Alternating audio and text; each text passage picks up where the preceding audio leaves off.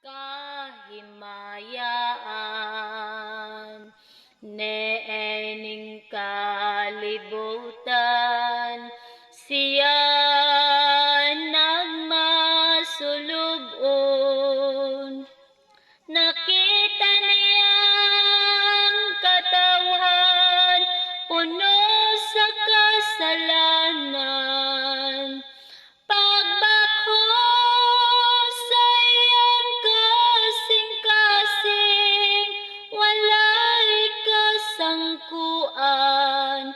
Mga langit, mga langit, ang gabon mo ipaharining kasing-kasing, aron makita na ang kasilaw sa imong kaharian.